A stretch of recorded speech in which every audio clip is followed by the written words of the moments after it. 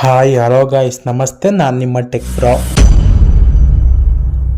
ಇವತ್ತಿನ ಈ ಒಂದು ವಿಡಿಯೋದಲ್ಲಿ ನಾನು ನಿಮಗೆ ವಿವೋನವರು ಒಂದು ಹೊಸ ಮಾಡೆಲನ್ನು ಲಾಂಚ್ ಮಾಡ್ತಾ ಇದ್ದಾರೆ. ಆ ಮಾಡೆಲ್ನ ಹೆಸರು ಬಂದ್ಬಿಟ್ಟು ವಿವೋ V60 ಅಂತ. ಈ ಹೊಸದಾಗಿ ಬಿಟ್ಟಿರುವಂಥ ಈ ಒಂದು ಸ್ಮಾರ್ಟ್ಫೋನ್ನಲ್ಲಿ ಏನೇನು ಎಕ್ಸ್ಟ್ರಾ ಫೀಚರ್ಸನ್ನು ಕೊಟ್ಟಿದ್ದಾನೆ ಹಾಗೂ ಇನ್ನು ಎಕ್ಸ್ಟ್ರಾ ಏನು ಈ ಫೋನ್ಗೆ ಅಡಿಷ್ನಲ್ ಆಗಿ ಆ್ಯಡ್ನ ಮಾಡ್ಬೋದಿತ್ತು, ಇನ್ನು ಹಲವಾರು ವಿಷಯಗಳನ್ನು ನಾನು ಈ ವಿಡಿಯೋದಲ್ಲಿ ನಿಮಗೆ ಸಂಪೂರ್ಣವಾಗಿ ತಿಳಿಸ್ಕೊಡ್ತೇನೆ. ನೀವು ಈ ಫೋನಿನ ಬಗ್ಗೆ ಸಂಪೂರ್ಣವಾಗಿ ತಿಳ್ಕೋಬೇಕು ಅಂತಂದರೆ ವಿಡಿಯೋನ ಎಲ್ಲಿಯೂ ಕೂಡ ಸ್ಕಿಪ್ ಮಾಡದೆ ಸಂಪೂರ್ಣವಾಗಿ ನೋಡಿದ್ರೆ ಮಾತ್ರ ಈ ಫೋನಿನ ಫೀಚರ್ಸು ನಿಮಗೆ ಅರ್ಥ ಆಗುತ್ತೆ. ಟೈಮನ್ನು ವೇಸ್ಟ್ ಮಾಡೋದು ಬೇಡ, ಬನ್ನಿ ವಿಡಿಯೋನ ಶುರು ಮಾಡಿಬಿಡೋಣ. ಮೊದಲನೇದಾಗಿ ನಾನು ಈ ಫೋನಿನ ಆಪರೇಟಿಂಗ್ ಸಿಸ್ಟಮ್ ಬಗ್ಗೆ ತಿಳಿಸ್ಕೊಡ್ತಾ ಇದ್ದೀನಿ. ಇನ್ನು ಈ ವಿವೋ V60 ಫೋನಿನಲ್ಲಿ ಆಂಡ್ರಾಯ್ಡ್ V16 ವರ್ಷವನ್ನು ಕೊಡ್ತಾ ಇದ್ದಾನೆ ಗುರು. ನಿಮಗೆ ನಾರ್ಮಲ್ ಆಗಿ ಈ ಹಿಂದೆಯವರು V50, V40, V30 ಸೀರೀಸನ್ನು ಬಿಟ್ಟಿದ್ರು. ಅದು ಆಂಡ್ರಾಯ್ಡ್ V15 ವರ್ಷನ್ ಆಗಿತ್ತು. ಆದರೆ ಈ ಒಂದು ಸ್ಮಾರ್ಟ್ಫೋನ್ ಇದೆಯಲ್ಲ, ಈ V60, ಇದು ಬಂದ್ಬಿಟ್ಟು ಆಂಡ್ರಾಯ್ಡ್ V16 ವರ್ಷನನ್ನು ಹೊಂದಿದೆ. ಅಂದರೆ ಒಂದು ಬೆಸ್ಟ್ ವರ್ಷನ್ ಅಂತಲೇ ಹೇಳ್ಬೋದು. ಇನ್ಮೇಲೆ ನಿಮಗೆ ಆಲ್ಮೋಸ್ಟ್ ಅಲ್ಲೂ ಆಂಡ್ರಾಯ್ಡ್ V16 ವರ್ಷನ್ನೇ ಬರುತ್ತೆ ನಿಮಗೆ. ಇನ್ನು ಈ ಫೋನಿನಲ್ಲಿ 3 ವರ್ಷಗಳ ಕಾಲ OS ಅಪ್ಡೇಟ್ ಹಾಗೂ 4 ವರ್ಷಗಳ ಕಾಲ ಒಂದು ಸೆಕ್ಯೂರಿಟಿ ಅಪ್ಡೇಟನ್ನು ಕೊಡ್ತಾ ಇದ್ದಾನೆ. ಇನ್ನು ಈ ಆಂಡ್ರಾಯ್ಡ್ V16 ವರ್ಷನಲ್ಲಿ ನಿಮಗೆ ಬೇಜಾನು AI ಫೀಚರ್ಸನ್ನು ಕೊಟ್ಟಿದ್ದಾನೆ ಹಾಗೂ ಇನ್ನೂ ಹಲವಾರು ಅಡಿಷ್ನಲ್ ಆಗಿ ಆ್ಯಡನ್ನು ಮಾಡಿದ್ದಾನೆ. ಇದಾದ ನಂತರ ಈ ಫೋನಿನ ನಾವು ಪರ್ಫಾರ್ಮೆನ್ಸ್ನ ನೋಡೋಣ. ಇನ್ನು ಈ ಫೋನಿನಲ್ಲಿ ಸ್ನ್ಯಾಪ್ಡ್ರ್ಯಾಗನ್ 7 Gen 4 ಅನ್ನೋ ಒಂದು ಪ್ರೊಸೆಸರ್ನ ಯೂಸ್ ಮಾಡಿದ್ದಾರೆ. ಈ V60 ಬಿಟ್ಟಿದ್ದಲ್ಲಿ ಈ ಫೋನು, ಇದರ ಹಿಂದೆ V50 ಫೋನನ್ನು ಬಿಟ್ಟಿದ್ರು. ಆ ಫೋನಿನಲ್ಲಿ ಸ್ನ್ಯಾಪ್ಡ್ರ್ಯಾಗನ್ 7 Gen 3 ಅನ್ನೋ ಒಂದು ಪ್ರೊಸೆಸರ್ನ ಕೊಟ್ಟಿದ್ರು. ಆದರೆ ಈ V60 ಫೋನಿನಲ್ಲಿ ಸ್ನ್ಯಾಪ್ಡ್ರ್ಯಾಗನ್ 7 Gen 4 ಅನ್ನೋ ಒಂದು ಪ್ರೊಸೆಸರ್ನ ಕೊಟ್ಟಿದ್ದಾನೆ. ನನ್ನ ಅನಿಸಿಕೆ ಏನಪ್ಪ ಅಂತಂದರೆ ಇನ್ನು ಸ್ವಲ್ಪ ಇವರು ಎಕ್ಸ್ಟ್ರಾ ಪ್ರೊಸೆಸರ್ನ ಕೊಡ್ಬೋದಿತ್ತೇನೋ ಅಂತ ನನ್ನೊಂದು ಅನಿಸಿಕೆ. ಇವರು ಬಿಡ್ತಾರೆ ಈ ಬಜೆಟ್ನಲ್ಲಿ, ಇವರು ಇನ್ನೊಂದು ಸ್ವಲ್ಪ ಎಕ್ಸ್ಟ್ರಾ ಅಡಿಷ್ನಲ್ ಫೀಚರ್ಸ್ ಇರೋ ಪ್ರೊಸೆಸರ್ನ ಇವರು ಯೂಸ್ ಮಾಡ್ಬೋದಿತ್ತು. ಇದು ಪ್ರೊಸೆಸರ್ ಚೆನ್ನಾಗಿಲ್ಲ ಅಂತ ಅಲ್ಲ, ಬಟ್ ಈ ಪ್ರೈಸ್ನಲ್ಲಿ ಇವರು ಇನ್ನೂ ಒಂದು ಸ್ವಲ್ಪ ಒಳ್ಳೆ ಬಿಲ್ಡ್ ಕ್ವಾಲಿಟಿಯ ಒಂದು ಪ್ರೊಸೆಸರ್ನ ಯೂಸ್ ಮಾಡ್ಬೋದಿತ್ತೇನೋ ಅಂತ ಒಂದು ನನ್ನ ಅನಿಸಿಕೆ. ಇನ್ನು 4mm ಒಂದು ಫ್ಯಾಬ್ರಿಕೇಷನ್ನ ಈ ಫೋನು ಹೊಂದಿದೆ. ಇದಾದ ನಂತರ ಈ ಫೋನಿನ ಡಿಸ್ಪ್ಲೇ ಬಗ್ಗೆ ನಾವೀಗ ಮಾತನಾಡೋಣ. ಇನ್ನು ಈ ವಿವೋ V60 ಫೋನಿನಲ್ಲಿ AMOLEDಯ ಒಂದು ಡಿಸ್ಪ್ಲೇನ ಕೊಡ್ತಾ ಇದ್ದಾನೆ. ಅಂದರೆ ನಿಮಗೆ ಜಾಸ್ತಿ ಕರ್ವ್ ಅನ್ನೋದನ್ನ ಕೊಡೋದಿಲ್ಲ, ಒಂದು ಕ್ವಾಡ್ ಕರ್ವ್ ಡಿಸ್ಪ್ಲೇ ಅಂತ ಕೊಡ್ತಾನೆ. ಅಂದರೆ ಅದರಲ್ಲಿ ಲೈಟಾಗಿ ಕರ್ವ್ ಡಿಸ್ಪ್ಲೇ ಬರುತ್ತೆ. ಇನ್ನು ಈ ಫೋನಿನ ಸ್ಕ್ರೀನ್ ಸೈಜ್ ಎಷ್ಟಿದೆಯಪ್ಪ ಅಂತಂದರೆ 6.67 ಇಂಚಸ್ನ ಒಂದು ಸ್ಕ್ರೀನ್ ಸೈಜನ್ನು ಕೂಡ ಈ ಫೋನು ಹೊಂದಿದೆ. ಇನ್ನು ಈ ಫೋನ್ನ ಬ್ರೈಟ್ನೆಸ್ ನೋಡೋದಾದರೆ ನಾವು 5000 ನೀಟ್ಸ್ನ ಒಂದು ಪೀಕ್ ಬ್ರೈಟ್ನೆಸ್ಸನ್ನು ಕೊಟ್ಟಿದ್ದಾನೆ. ಅಂದರೆ ಬ್ರೈಟ್ನೆಸ್ ಹೋಲಿಸ್ಕೊಂಡ್ರೆ ಪರವಾಗಿಲ್ಲ ಅಂತಲೇ ಹೇಳ್ಬೋದು. V50 ಫೋನಿನಲ್ಲಿ 4500 ನೀಟ್ಸ್ನ ಕೊಟ್ಟಿದ್ರು. ಈ ಫೋನಿನಲ್ಲಿ ಇನ್ನೊಂದು ಸ್ವಲ್ಪ 500 ನೀಟ್ಸ್ನ ಎಕ್ಸ್ಟ್ರಾ ಮಾಡಿ 5000 ನೀಟ್ಸ್ನ ಒಂದು ಪೀಕ್ ಬ್ರೈಟ್ನೆಸ್ಸನ್ನು ಕೊಟ್ಟಿದ್ದಾನೆ.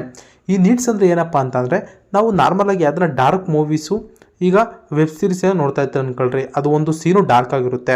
ನೀವು ಬೇರೆ ನೀಡ್ಸ್ ಕಡಿಮೆ ಇರೋ ಫೋನಲ್ಲಿ ನೋಡಿದ್ರೆ ಅದು ಕ್ಲಾರಿಟಿ ಕಡಿಮೆ ಆಗಿ ಕಾಣುತ್ತೆ. ಈ ನೀಡ್ಸು ಜಾಸ್ತಿ ಇರೋ ಫೋನಲ್ಲಿ ನೋಡಿದ್ರೆ ಆ ಡಾರ್ಕ್ ಆಗಿರೋ ಮೂವಿನೂ ಕೂಡ ನಿಮಗೆ ತುಂಬ ಕ್ಲಾರಿಟಿಯಾಗಿ ಕಾಣಿಸುತ್ತೆ. ಮತ್ತು ಬಿಸಿಲಲ್ಲಿ ನೀವು ಫೋನನ್ನು ಯೂಸ್ ಮಾಡ್ತಿದ್ರೆ ಆರಾಮಾಗಿ ಫೋನನ್ನು ಯೂಸ್ ಮಾಡ್ಬೋದು. ಯಾವುದೇ ರೀತಿ ಬ್ಲರ್ ಅನ್ನೋದು ಮತ್ತು ಡಿಸ್ಪ್ಲೇ ಕಾಣಿಸ್ತಾ ಇರೋದು ಬಿಸಿಲಲ್ಲಿ ಆ ರೀತಿ ಯಾವುದೇ ಪ್ರಾಬ್ಲಮ್ಮು ಈ ಫೋನಲ್ಲೇ ಬರೋಲ್ಲ. ಆ ರೀತಿ ಒಂದು ಬೆಸ್ಟು ಬ್ರೈಟ್ನೆಸ್ಸನ್ನು ಈ ಫೋನಲ್ಲಿ ಕೊಟ್ಟಿದ್ದಾನೆ.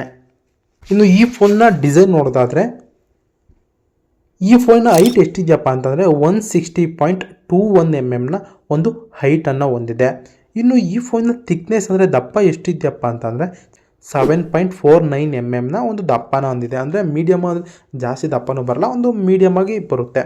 ಇದಾದ ನಂತರ ಈ ಫೋನಿನ ವೆಯ್ಟ್ ಎಷ್ಟಿದೆಯಪ್ಪ ಅಂತಂದರೆ 192 ಗ್ರಾಮ್ಸ್ನ ವೆಯ್ಟನ್ನು ಈ ಫೋನು ಹೊಂದಿದೆ. ವೆಯ್ಟ್ ಅಂದರೆ ಒಂದು ಸ್ವಲ್ಪ ವೆಯ್ಟ್ ಬರುತ್ತೆ ಅಂತಲೇ ಹೇಳ್ಬೋದು.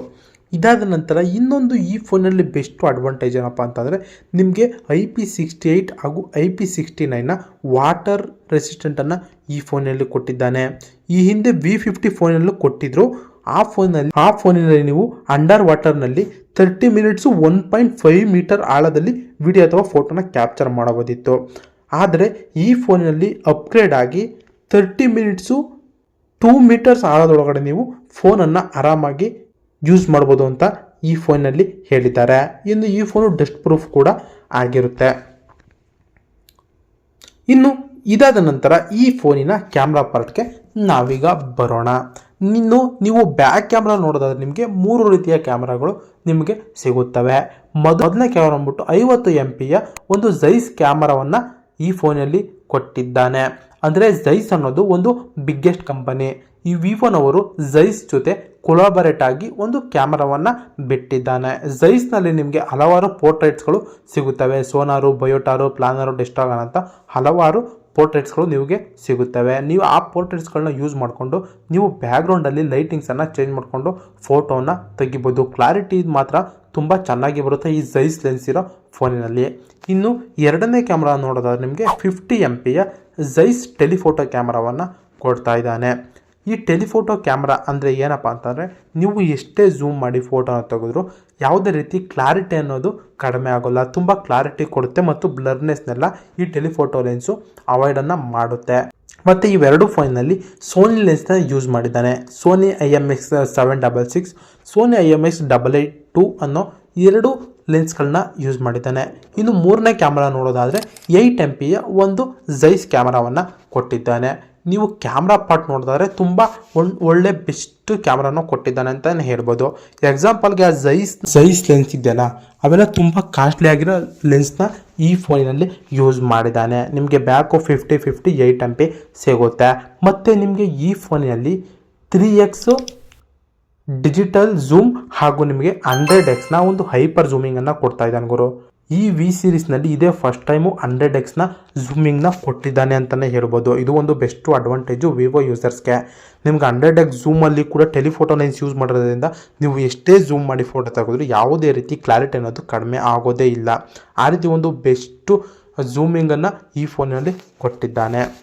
ಇನ್ನು ಈ ಫೋನಿನ ಫ್ರಂಟ್ ಕ್ಯಾಮರಾ ಬಗ್ಗೆ ನಾವೀಗ ನೋಡೋದಾದರೆ ಫ್ರಂಟ್ ಕ್ಯಾಮರಾದಲ್ಲೂ ಕೂಡ ನಿಮಗೆ 50 MP ಒಂದು ಫ್ರಂಟ್ ಕ್ಯಾಮರಾವನ್ನು ಕೊಡ್ತಾ ಇದ್ದಾನೆ. ನೀವು ಕ್ಯಾಮ್ರಾ ಪಾರ್ಟ್ಗೆ ಬಂದರೆ ಪರವಾಗಿಲ್ಲ, ಒಳ್ಳೆ ಬಿಲ್ಡು ಲೆನ್ಸನ್ನು ಯೂಸ್ ಮಾಡ್ಕೊಂಡು ಇವನು ಒಳ್ಳೆ ಕ್ಯಾಮ್ರಾವನ್ನು ಕೊಟ್ಟಿದ್ದಾನೆ. ನಿಮಗೆ ವಿವೋ ಅಂದರೆ ಕಾಮನಾಗಿ ನಿಮಗೆ ಗೊತ್ತಲ್ಲ, ಮ್ಯೂಸಿಕ್ಕು ಮತ್ತು ಕ್ಯಾಮ್ರಾಗೆ ಬೆಸ್ಟ್ ಫೋನ್ ಅಂದರೆ ವಿವೋ ಅಂತ ನಾನು ಸಜೆಸ್ಟ್ ಅನ್ನೋದನ್ನ ಮಾಡ್ತೇನೆ. ಇನ್ನು ಈ ಫೋನಿನ ಬ್ಯಾಕ್ ಪ್ಯಾನಲ್ ನೋಡೋದಾದ್ರೆ ನಿಮಗೆ ಮ್ಯಾಟ್ ಫಿನಿಶಿಂಗನ್ನು ಯೂಸ್ ಮಾಡಿರೋ ಬ್ಯಾಕ್ ಪ್ಯಾನಲ್ನ ಇನ್ನು ಈ ಫೋನಿನಲ್ಲಿ ಕೊಟ್ಟಿದ್ದಾನೆ. ಇನ್ನು ನೀವು ಕ್ಯಾಮ್ರಾ ಪಾರ್ಟ್ಗೆ ಹೋಗೋದಾದರೆ ನಿಮಗೆ ಡಿಫರೆಂಟ್ ಟೈಪ್ ಆಫ್ ನಿಮಗೆ ಮಲ್ಟಿಫೋಕಲ್ ಲೆನ್ಸನ್ನು ಕೂಡ ಕೊಟ್ಟಿದ್ದಾನೆ.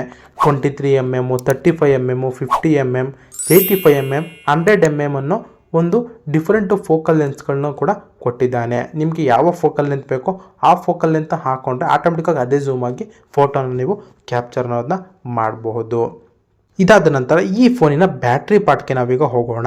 ಇನ್ನು ಈ ಫೋನಿನಲ್ಲಿ 6500 mAh ಒಂದು ಬಿಗ್ಗೆಸ್ಟು ಬ್ಯಾಟ್ರಿಯನ್ನು ಕೊಟ್ಟಿದ್ದಾನೆ ಗುರು. ವಿ ಸೀರೀಸ್ನಲ್ಲಿ ಇದೇ ಫಸ್ಟ್ ಟೈಮ್ ನಿಮಗೆ 6500 mAh ಬ್ಯಾಟ್ರಿಯನ್ನು ಕೊಡ್ತಾ ಇರೋದು. ನಿಮಗೆ ಯಾವ ವಿ ಸೀರೀಸ್ನಲ್ಲೂ 6500 mAh ಬ್ಯಾಟ್ರಿ ಕೊಟ್ಟಿಲ್ಲ. ನಿಮಗೆ ಈ ಬಜೆಟ್ನಲ್ಲಿ ಬ್ಯಾಟ್ರಿಗೋಸ್ಕರ ನೀವು ಈ ಫೋನ್ನ ಆರಾಮಾಗಿ ಪರ್ಚೇಸ್ ಮಾಡ್ಬೋದು. ಆ ರೀತಿಯ ಒಂದು ಬಿಗ್ಗೆಸ್ಟ್ ಬ್ಯಾಟ್ರಿಯನ್ನು ಕೊಟ್ಟಿದ್ದಾನೆ ಮತ್ತು 90 ವಾಟ್ಸ್ನ ಒಂದು ಸ್ಪೀಡ್ ಚಾರ್ಜಿಂಗನ್ನು ಕೊಡ್ತಾ ಇದ್ದಾನೆ. ಇದಕ್ಕಿಂತ ನಿಮ್ಗೆ ಏನೇನು ಬೇಕು ಹೇಳಿ, ಆರಾಮಾಗಿ ನೀವು ಕಣ್ಮುಚ್ಕೊಂಡು ಈ ಒಂದು ಸ್ಮಾರ್ಟ್ಫೋನನ್ನು ಬ್ಯಾಟ್ರಿಗೋಸ್ಕರ ಆದರೂ ನೀವು ಆರಾಮಾಗಿ ಪರ್ಚೇಸ್ ಅನ್ನೋದನ್ನ ಮಾಡ್ಬೋದು. ಇನ್ನು ಈ ಫೋನಿನ ಸ್ಟೋರೇಜ್ನ ಬಗ್ಗೆ ನಾವೀಗ ಮಾತನಾಡೋಣ.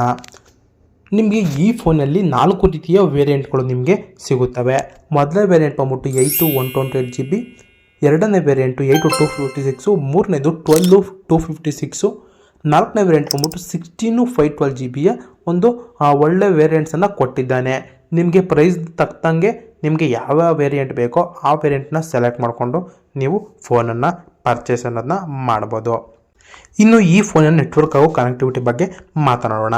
ಇನ್ನು ಈ ಫೋನಲ್ಲಿ ನೀವು 2 ನ್ಯಾನೋ ಸಿಮ್ಗಳನ್ನ ಹಾಕ್ಕೊಂಡು ಆರಾಮಾಗಿ ನೀವು ಈ ಫೋನನ್ನು ಯೂಸ್ ಮಾಡ್ಬೋದು. ಇನ್ನು ಈ ಫೋನು 4G 5G ಎರಡೂ ನೆಟ್ವರ್ಕ್ಗಳಿಗೂ ಕೂಡ ಸಪೋರ್ಟ್ ಅನ್ನೋದನ್ನ ಮಾಡುತ್ತೆ, ಯಾವುದೇ ರೀತಿ ತೊಂದರೆ ಇಲ್ಲ. ಇನ್ನು ಬ್ಲೂಟೂತ್ ಕನೆಕ್ಟಿವಿಟಿ ಬಗ್ಗೆ ನೋಡೋದಾದರೆ ಬ್ಲೂಟೂತ್ V5.4ನ ಒಂದು ಕನೆಕ್ಟಿವಿಟಿಯನ್ನು ಹೊಂದಿದೆ, ಪರವಾಗಿಲ್ಲ ಅಂತಲೇ ಹೇಳ್ಬೋದು. ಯಾಕಂತ ನಿಮಗೆ USB Type C ಒಂದು ಆಡಿಯೋ ಜಾಕನ್ನು ಕೂಡ ಆಪ್ಷನ್ ಕೊಟ್ಟಿದ್ದಾನೆ. ನೀವು Type C ಇಯರ್ಫೋನ್ನ ಹಾಕ್ಕೊಂಡು ಹಾಡನ್ನು ಕೇಳ್ಬೋದು. ಇನ್ನು ಈ ಫೋನಿನ ಕಲರ್ಸ್ನ ಬಗ್ಗೆ ನಾವೀಗ ಮಾತನಾಡೋಣ. ಇನ್ನು ಈ ಫೋನಿನಲ್ಲಿ ನಿಮಗೆ 3 ರೀತಿಯ ಕಲರ್ಸ್ಗಳು ಸಿಗುತ್ತವೆ. ಮೊದಲನೇ ಕಲರ್ ಬಂದ್ಬಿಟ್ಟು ಆಸ್ಪೇಷಿಯಸ್ ಗೋಲ್ಡ್, ಎರಡನೇ ಕಲರ್ ಬಂದ್ಬಿಟ್ಟು ಮೂನ್ಲೈಟ್ ಬ್ಲೂ ಅಂತ, ಇನ್ನು ಮೂರನೇ ಕಲರ್ ಬಂದ್ಬಿಟ್ಟು ಮಿಸ್ಟ್ ಗ್ರೇ ಅಂತ. ಈ ರೀತಿಯ ನಿಮಗೆ 3 ಕಲರ್ಸ್ಗಳು ನಿಮಗೆ ಸಿಗ್ತಾ ಇದೆ. ಇದಾದ ನಂತರ ಈ ಫೋನಿನ ಫಿಂಗರ್ ಪ್ರಿಂಟ್ ಬಗ್ಗೆ ನಾವೀಗ ಮಾತನಾಡೋಣ. ಆನ್ ಸ್ಕ್ರೀನ್ ನ ಒಂದು ಫಿಂಗರ್ ಪ್ರಿಂಟ್ ಅನ್ನ ಕೊಡ್ತಾ ಇದ್ದಾನೆ. ಆಲ್ಮೋಸ್ಟ್ ಆಲ್ ನಿಮಗೆ ಬರೋ ವಿ ಸೀರೀಸ್ ಎಲ್ಲದರಲ್ಲಿ ಕೂಡ ಇನ್ ಡಿಸ್ಪ್ಲೇ ಫಿಂಗರ್ ಪ್ರಿಂಟ್ ಅನ್ನೇ ಕೊಡ್ತಾ ಇದ್ದಾನೆ. ಇದು ಒಂದು ಬೆಸ್ಟ್ ಅಂತಾನೆ ಹೇಳ್ಬೋದು. ಮತ್ತೆ ಈ ಫೋನ್ ನಲ್ಲಿ 120 Hz ನ ಒಂದು ರಿಫ್ರೆಶ್ ರೇಟ್ ಅನ್ನ ಕೊಟ್ಟಿದ್ದಾನೆ. ಈ ರಿಫ್ರೆಶ್ ರೇಟ್ ಅಂದ್ರೆ ಏನಪ್ಪಾ ಅಂತಂದ್ರೆ ಎಕ್ಸಾಂಪಲ್ ಗೆ ನೀವು ಯಾವುದೋ ಒಂದು ಅಪ್ಲಿಕೇಶನ್ ಓಪನ್ ಮಾಡಿದ್ರೆ 30 Hz 90 Hz ಇರೋ ಮೊಬೈಲ್ ಅಲ್ಲಿ ನೀವು ಅಪ್ಲಿಕೇಶನ್ ಓಪನ್ ಮಾಡಿದ್ರೆ ಅದು ಸ್ಲೋ ಆಗಿ ವರ್ಕ್ ಆಗುತ್ತೆ. ಅದೇ 120 Hz ಇರೋ ಫೋನ್ ಅನ್ನು ನೀವು ಅಪ್ಲಿಕೇಶನ್ ಓಪನ್ ಮಾಡಿದ್ರೆ ಅಪ್ಲಿಕೇಶನ್ಗಳು ಕ್ವಿಕ್ ಆಗಿ ವರ್ಕ್ ಆಗುತ್ತೆ. ಯಾವುದೇ ರೀತಿ ಲ್ಯಾಗ್ ಅನ್ನೋದು ಹ್ಯಾಂಗ್ ಆಗೋದು ಸ್ಲೋ ಆಗೋದು ಯಾವುದೇ ರೀತಿ ಆಗೋದಿಲ್ಲ. ಕ್ವಿಕ್ ಆಗಿ ಅಪ್ಲಿಕೇಶನ್ಗಳು ಓಪನ್ ಆಗಿಬಿಡುತ್ತವೆ. ಇನ್ನು ಈ ಫೋನಲ್ಲಿ ನಿಮಗೆ ಹಲವಾರು ಎ ಆಪ್ಷನ್ ಅನ್ನ ಕೊಡ್ತಾ ಇದ್ದಾನೆ. ಎಕ್ಸಾಂಪಲ್ಗೆ ಎರೇಸು, ಸರ್ಕಲ್ ಟು ಸರ್ಚು, ಮತ್ತು ಇದರಲ್ಲಿ ಇನ್ನೊಂದು ಎಕ್ಸ್ಟ್ರಾ ಅಡಿಷನಲ್ ಆಗಿ ಎ ಫೀಚರ್ನ ಕೊಟ್ಟಿದ್ದಾನೆ. ಅದು ಯಾವುದಪ್ಪ ಅಂತಂದರೆ ಮ್ಯಾಜಿಕ್ ಮೂವ್ ಅಂತ. ಈ ಎಕ್ಸಾಂಪಲ್ಗೆ ನೀವು ಒಂದು ಫೋಟೋನ ತಗೊಂಡಿರ್ತೀರಾ, ಆದರೆ ನೀವು ಆ ಫೋಟೋದಲ್ಲಿ ಸೈಡಲ್ಲಿ ನಿಂತಿರ್ತೀರಾ. ಈ ಮ್ಯಾಜಿಕ್ ಮೂವ್ ಆಪ್ಷನ್ ಇರೋದ್ರಿಂದ ನಿಮಗೆ ಸೈಡಲ್ಲಿರೋ ನಿಮ್ಮನ್ನು ತಂದು ಸೆಂಟರಲ್ಲಿ ನಿಂತ್ಕೊಂಡು ಫೋಟೋ ತೆಗೆದಿರೋ ಥರ ಒಂದು ಪಿಕ್ಚರನ್ನು ನೀವು ತಗೋಬೋದು. ಆ ರೀತಿ ಒಂದು ಎ ಫೀಚರನ್ನು ಕೊಡ್ತಾ ಇದ್ದಾನೆ. ನೋಡಿದ್ರಲ್ಲ ವೀಕ್ಷಕರೇ, ಇದು ಇವತ್ತಿನ ವಿಡಿಯೋ ಆಗಿತ್ತು. ಇದೇ ಥರ ಹೆಚ್ಚಿನ ಟೆಕ್ನಾಲಜಿ ವಿಡಿಯೋಗಳು ನಿಮಗೆ ಬೇಕು ಅಂತಂದರೆ ನನ್ನ ಚಾನಲನ್ನು ಸಬ್ಸ್ಕ್ರೈಬ್ ಮಾಡ್ಕೊಳ್ಳಿ ಹಾಗೂ ಈ ವಿಡಿಯೋಗೆ ಒಂದು ಲೈಕ್ ಅನ್ನೋದನ್ನ ನೀಡಿ ಧನ್ಯವಾದಗಳು.